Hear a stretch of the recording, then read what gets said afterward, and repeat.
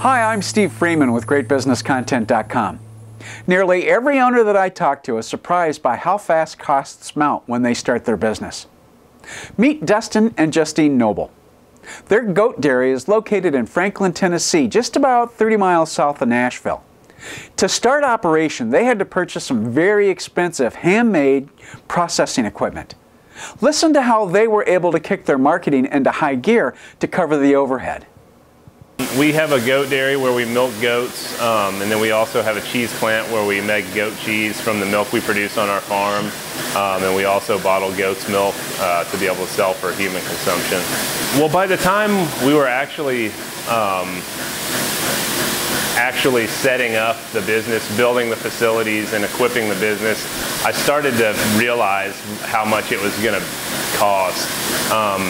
While I was in school, I did some research on small-scale dairy processing equipment and found that it's really expensive. It's all stainless steel, it's all handmade, because it's such a niche market that there's not a plant that mass produces this type of equipment. So that was an obstacle we kind of had to overcome, was just the startup cost.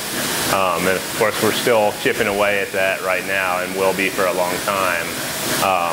But once you get yourself into that situation, you got to figure out a way to get out of it. So we aggressively market our products to make sure that we're chipping away at our debt from our startup costs.